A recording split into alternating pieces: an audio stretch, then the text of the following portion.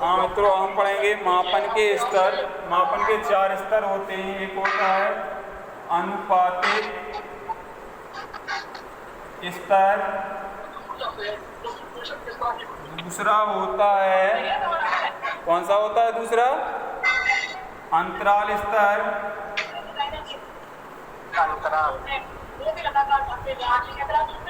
तीसरा होता है क्रमिक स्तर और चौथा होता है नामित स्तर।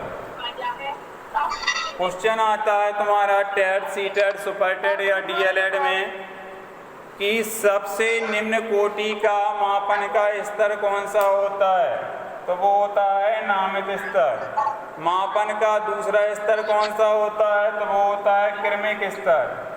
मापन का सर्वश्रेष्ठ या उच्च कोटि का स्तर कौन सा होता है? तो वो होता है अनुपातिक स्तर।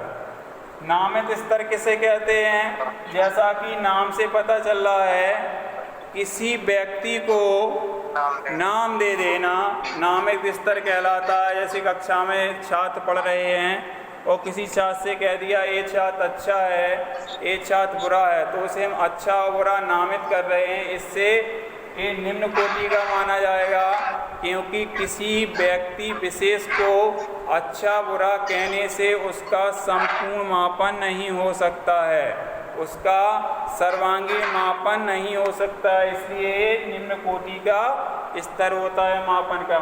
दूसरा होता है क्रमिक स्तर। क्रमिक स्तर पर क्या होता है? जैसे क्रम दे दिया जाता है, 20 है, 50 है, 60 है, 70 है। इसमें अच्छा या बुरा कह दिया, अच्छा या बुरा कह दिया नामित में, और क्रमिक में क्रम दे दिया। हम देखते हैं कि 60% में हमारे यहाँ भारत देश में प्रथम श्रेणी उत्तीर्ण माना जाता है। अगर किसी छात्र के 60% यानी कि 60% नंबर अगर उसने गेन किए हैं तो वो प्रथम श्रेणी का है। अगर किसी छात्र ने 59.6% अंक गिराज दिए हैं तो वो द्वितीय श्रेणी का है। इसलिए केवल 4 पॉइंट में वो प्रथम श्रेणी का हो गया और वो द्वितीय का हो गया। इसलिए ये मापन का ये स्तर भी अच्छा नहीं और वैध विश्वसनीय नहीं माना जाता है। इसके बाद चलते हैं अंतराल स्तर पर। ये जो अंतराल स्तर होता है, इसमें क्या होता है? इसमें 2 व्यक्ति या 2 वस्तुओं के बीच समान अंतर रखा जाता है। जैसे थर्मामीटर, जैसे थर्मामीटर, तो ये अंतराल स्तर होता है, ये इन दोनों से थोड़ा अच्छा माना जाता है। इसके बाद आता है अनुपातिक स्तर या अनुपात स्तर। ये मापन का सबसे उच्च कोटि का और सबसे अच्छा स्तर माना जाता है। क्यों? क्योंकि ये सुनिरपेक्ष से होता है। किससे होता है? ये निरपेक्ष शून्य से होता है। इसका मापन किससे होता है? इसका मापन निरपेक्ष शून्य से होता है। और जब किसी हम वस्तु, व्यक्ति या किसी पदार्थ का मापन हम निरपेक्ष शून्य से करते हैं तो वो सबसे उच्च कोटि का उसका मापन होगा और सर्वांगीण मापन होगा। क्योंकि निरपेक्ष शून्य का मतलब है, कहते नहीं हम 0 से उसे हीरो बना दिया, तो अब हम 0 से उसका मापन करते हैं तो वो सबसे अच्छा मापन माना जाता है। ठीक है, जिसमें वो लिखना हो लिख ले या स्क्रीनशॉट ले ले। इसके बाद हम पढ़ेंगे मापन के प्रकार।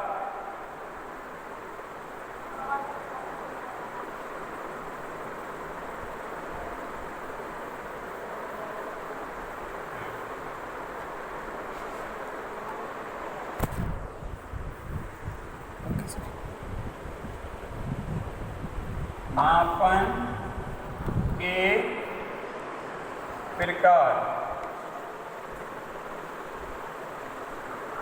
अभी एस टेट में क्वेश्चन आया था कुछ समय पहले, जब एग्जाम हुआ था तो उसमें सीधा सीधा पूछ लिया था मापन के प्रकार कितने होते हैं। उसमें लिखा था 2 होते हैं, 3 होते हैं, 4 होते हैं या इनमें से कोई नहीं होता है। एक जगह क्वेश्चन ये भी आया था मापन का प्रकार है भौतिक मापन है, मानसिक मापन है, और दिए थे या दोनों हैं, इनमें से कोई नहीं है।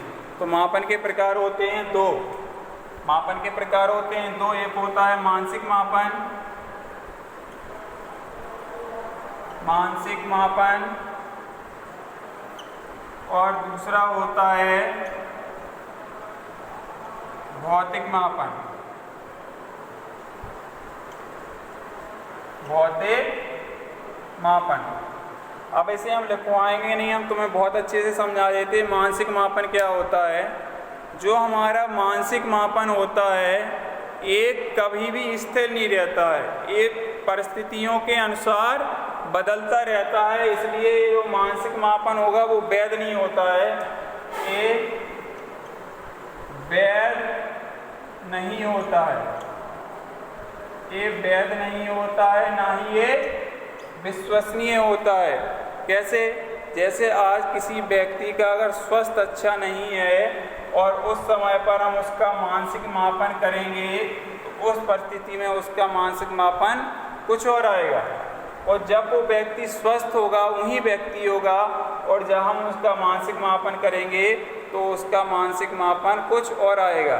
कहने का मतलब अगर किसी के घर में संकट है और उन व्यक्तियों का मानसिक मापन करेंगे तो अलग आएगा, और जब उनके यहाँ से वो घटना जो परिस्थिति बुरी थी वो हट जाएगी, तब उनका मानसिक मापन करेंगे तो वो मापन और उच्च कोटि के आ जाएगा।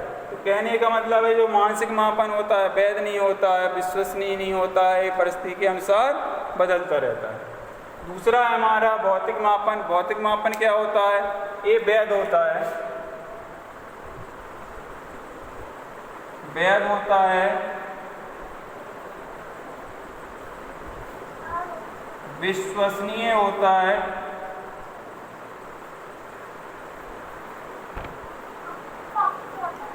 और एक उत्तम कोटि का होता है। कैसे होता है ये हम समझाएंगे।